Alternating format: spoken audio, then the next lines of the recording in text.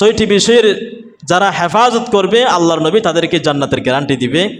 সেখান থেকে আমরা বলেছি 1 নম্বর, সকলে একটু ভালো করে মনোযোগ দিয়ে শুনবেন, উসদুকু ইযা হাদ্দাসতুম, যখন কথা বলবে সত্য কথা বলবে। ওয়াউফু ইযা ওয়াআদতুম, যখন ওয়াদা করবে ওয়াদা রক্ষা করবে। ওয়াআদ্দু ইযা তুমিনতুম, যখন আমানত আপনাকে দেবে সেই আমানত ফিরিয়ে দেবে। ওয়াহফাজু ফুরুজাকুম, লজ্জাস্থানের হেফাজত করবে। ওয়াগুদ্দু আবসারাকুম, তোমাদের চক্ষুকে সংযত করবে, হেফাজত করবে। 6 নম্বরে ওয়াকুফু আইদিয়াকুম, তোমাদের হাতকে সংযত করবে। এই 6টি কাজ যদি আমরা করতে পারি, এই 6টি জিনিস যদি আমাদের হৃদয়ে ধারণ করতে পারি, তাহলে আশা করা যায় কাল কিয়ামতের ময়দানে আল্লাহর নবী যে জান্নাতের গ্যারান্টি আমাদেরকে দিয়েছেন, সেই জান্নাতে আল্লাহর নবী নিজে আমাদেরকে নিয়ে যাবেন। সুবহানাল্লাহ। আল্লাহর নবী বললেন, তোমাদের মধ্যে যারা জান্নাতে যেতে চাইবে, ইতমানু লি সিত্তাম মিন আনফুসিকুম, তোমরা যদি 6টি বিষয়ের গ্যারান্টি আমি রাসূলুল্লাহকে দিতে পারো, আদমান লাকুমুল জান্নাহ, তাহলে কাল কিয়ামতের ময়দানে ওই ব্যক্তিকে ধরে ধরে আমি রাসূলুল্লাহ আল্লাহর জান্নাতে নিয়ে যাব। সুবহানাল্লাহ। ইতমানু লি সিত্তাম মিন আনফুসিকুম আদমান লাকুমুল জান্নাহ, 6টি বিষয়ের গ্যারান্টি দিতে হবে। কয়টি বিষয়ে? আমরা যদি জান্নাতে যেতে চাই, আল্লাহর নবী বললেন 6টি বিষয়ের গ্যারান্টি দিতে হবে। প্রথম নম্বর হলো উসদুকু ইযা হাদ্দাসতুম, যখন কথা বলবে সত্য কথা বলবে, মিথ্যা কথা কখনো বলা যাবে না। কথা বললে কি কথা বলতে হবে জোরে বলুন? সত্য কথা বলতে হবে,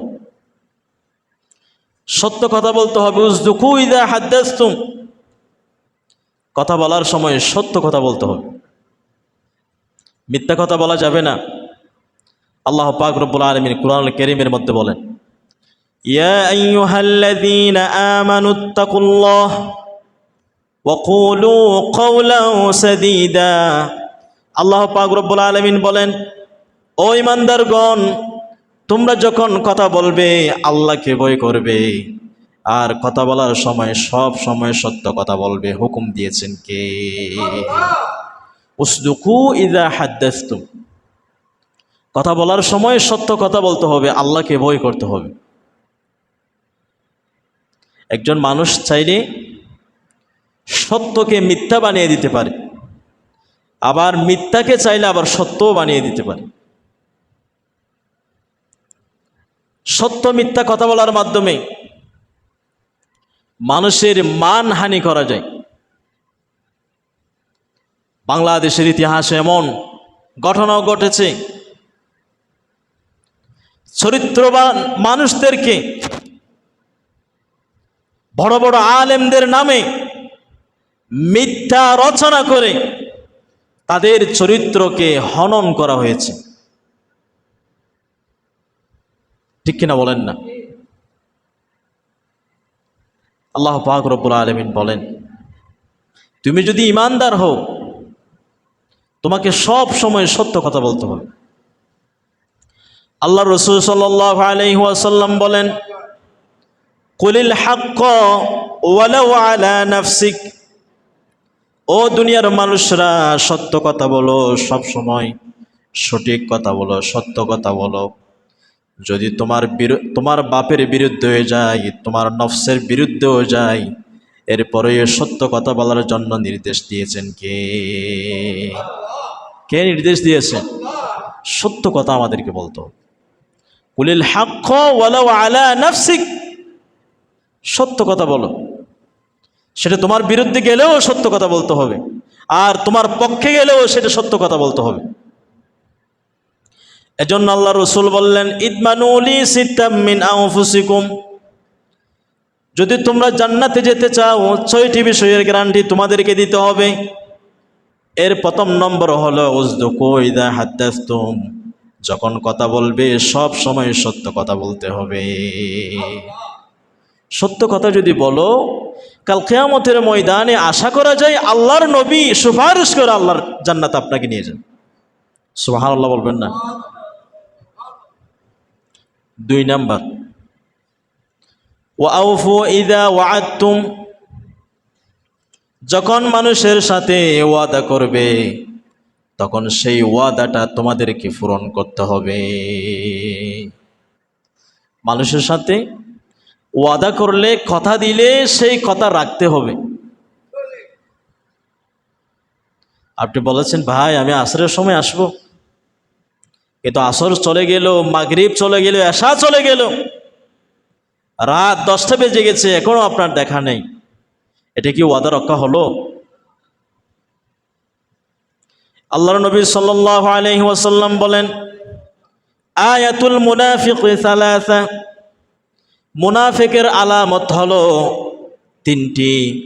আরেকটি হাদিসের মধ্যে আল্লাহর নবী 4টি বলেছেন। আল্লাহর নবী বলেছেন, ইযা হাদ্দাসা কাযাবা, মুনাফিক হলো ওই ব্যক্তি যেই কথা বলার সময় মিথ্যা কথা বলে, সত্য কথা বলে না। সত্য কথা না বললে, মিথ্যা বললে আল্লাহর নবী ওই ব্যক্তিকে মুনাফিক বলেছেন। নাউযুবিল্লাহ।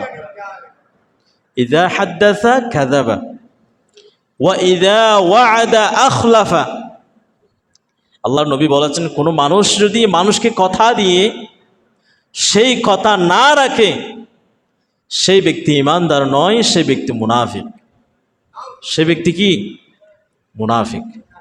আর এই হাদিসে আল্লাহর নবী বলেছেন, যেই ব্যক্তি ওয়াদা করে ওয়াদা রক্ষা করতে পারবে, কাল কিয়ামতের ময়দানে রাসূলুল্লাহ ওই ব্যক্তির জিম্মাদারি নেবেন। সুবহানাল্লাহ।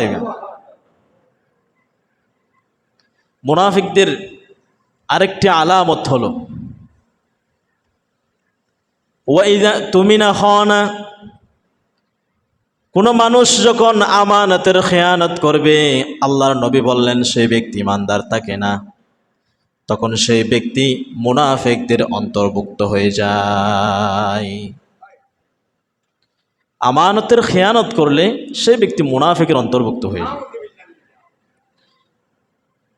এই হাদিসের মধ্যে আল্লাহর নবী বললেন, ওয়াদ্দু ইযা তুমিনতুম, যে ব্যক্তি আমানতকে রক্ষা করবে, কথা দিয়ে কথা রাখতে পারবে, মানুষের দেওয়া আমানতের হেফাজত করবে, কাল কিয়ামতের ময়দানে জান্নাতের গ্যারান্টি আল্লাহর নবী ওই ব্যক্তির ব্যাপারে দিয়েছেন।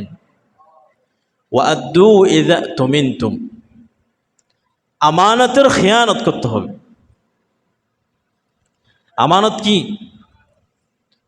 আপনাকে একজন বিশ্বাস করে কিছু টাকা জমা রাখতে দিয়েছে, বলছে যে ভাই আমার টাকাগুলো রাখেন, আমি 2-1 দিন পরে আপনার কাছ থেকে টাকাগুলো নিয়ে নেব। তখন আপনি সেই টাকা নিয়ে তার অজান্তে বিভিন্ন ব্যবসায় জড়িয়ে গেছেন। যখন টাকা চাইতে এসেছে আপনি তাকে ঘোরাচ্ছেন, আজকে দেব কালকে দেব। এটা কি আমানতের হেফাজত হলো? আমানতের হেফাজত হয় নাই। আল্লাহর নবী সাল্লাল্লাহু আলাইহি ওয়াসাল্লাম বলেছেন, একজন মানুষের যদি 4টি গুণ থাকে, সেই ব্যক্তি দুনিয়ার সবচেয়ে গরিব হলেও তার হারানোর কিছু নেই। আরবাউন ইযা কুন্না ফালা আলাইকা মা ফাতাকা মিনাদ দুনিয়া, আল্লাহর নবী বলেছেন। হিফজু আমানাতি, সেই 4টি বিষয়ের মধ্যে একটি হচ্ছে আমানতের হেফাজত করা। আমানত বড় জিনিস, আমানতদার হওয়া অনেক বড় জিনিস। আমার প্রিয় নবী সাল্লাল্লাহু আলাইহি ওয়াসাল্লাম আমানতদার ছিলেন নাকি আমানত ভঙ্গকারী ছিলেন? আমার রাসূল কি আমানত রক্ষা করতেন? রক্ষা করতেন। আল্লাহর নবীর একটি নাম ছিল আল আমিন, আস-সাদিক, সত্যবাদী। মক্কার ইহুদি খ্রিস্টান যারা ছিল, আল্লাহর নবীকে তারা এভাবে বিশ্বাস করত যে মুহাম্মদ সাল্লাল্লাহু আলাইহি ওয়াসাল্লাম আমাদের ধর্মের লোক না হতে পারে, কিন্তু তার ভিতরে আমানতদারিতা আছে, বিশ্বস্ততা আছে। এই বলে আমার রসুলকে তারা বিভিন্ন টাকা পয়সা, গহনা, দম সম্পদ ইত্যাদি আল্লাহর নবীকে জমা দিতেন। সুবহানাল্লাহ। অথচ আমরা সেই নবীর উম্মত হয়ে আজকে কিভাবে আমানতের খেয়ানত আমরা করি, একটু চিন্তা করা দরকার। এজন্য সম্মানিত হাজিরিন, আল্লাহর নবী বলেছেন, ওয়াদ্দু ইযা তুমিনতুম, আমানতের হেফাজত করবে, আমি রাসূলুল্লাহ তোমাকে জান্নাতের গ্যারান্টি দিচ্ছি। সুবহানাল্লাহ। সে কোন বন্ধু বলো বেশি বিশ্বস্ত,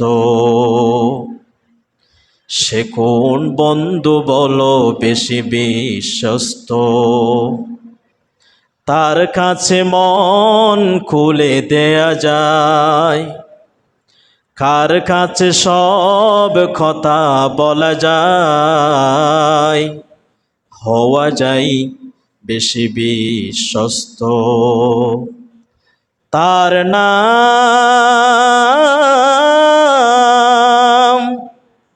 তার নাম আহমদ, বড় বিশ্বস্ত।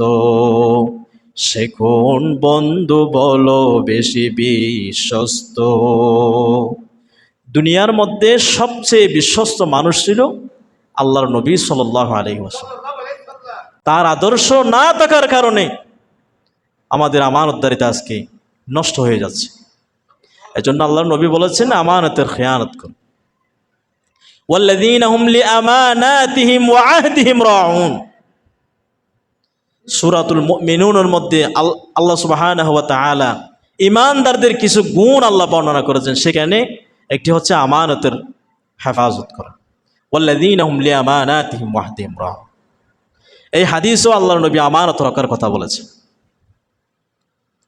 এরপরে জান্নাতের গ্যারান্টি আল্লাহর নবী তাদেরকে দিচ্ছেন, ওয়াহফাজু ফুরুজাকুম, যারা তাদের লজ্জাস্থানকে, সতীত্বকে হেফাজত করে। লজ্জাস্থানের হেফাজত। আরেকটি হাদিসের মধ্যে আল্লাহর নবী বলেছেন, যেই ব্যক্তি দুইটি জিনিসের গ্যারান্টি আমি রাসূলুল্লাহকে দেবে, সেই ব্যক্তিকে আমি আল্লাহর জান্নাতের গ্যারান্টি দেব। সুবহানাল্লাহ। সেখানে সেই হাদিসের মধ্যে আল্লাহর নবী বলেছেন, একটি হচ্ছে জিহ্বা, জিহ্বার হেফাজত। কারণ সবচেয়ে গুনাহ করার যে যন্ত্র সেটা কি? জিহ্বা। আবার যেই যন্ত্র দিয়ে সবচেয়ে বেশি আল্লাহকে খুশি করা যায় সেটাও কি? জিহ্বা। সেজন্য আল্লাহর নবী বলেছেন জিহ্বা এবং লজ্জাস্থানের হেফাজত করতে হবে। এই হাদিসের মধ্যে আল্লাহর নবী বলেছেন লজ্জাস্থানের হেফাজত করার জন্য।